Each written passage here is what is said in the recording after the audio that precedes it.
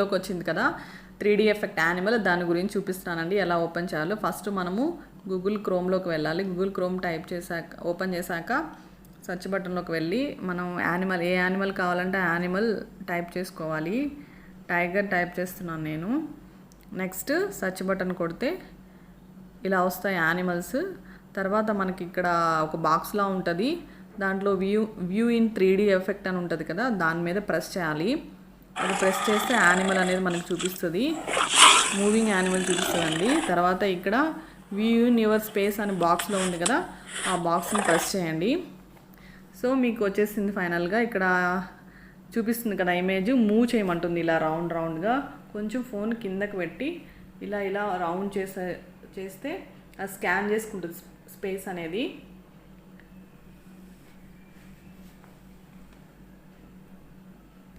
చూడండి యానిమల్ వచ్చేసింది, tiger came. పిల్లలు చాలా ఇష్టపడతారండి.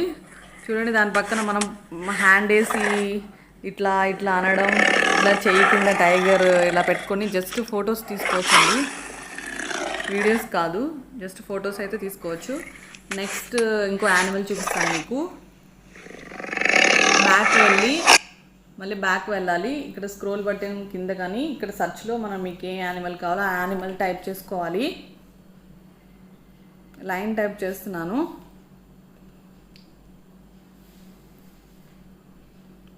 లైన్ టైప్ చేసి సెర్చ్ బటన్లో సెర్చ్ కొట్టండి. తర్వాత స్క్రోల్ చేయండి డౌన్కి.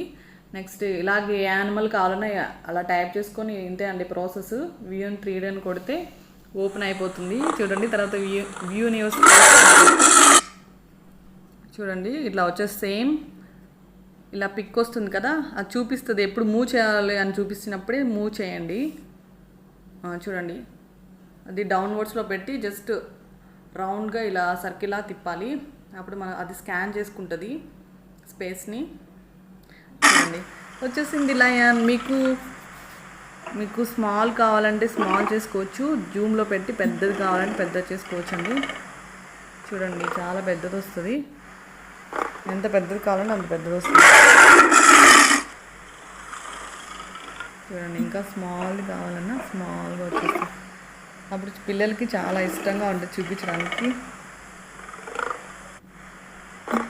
అంతే అండి.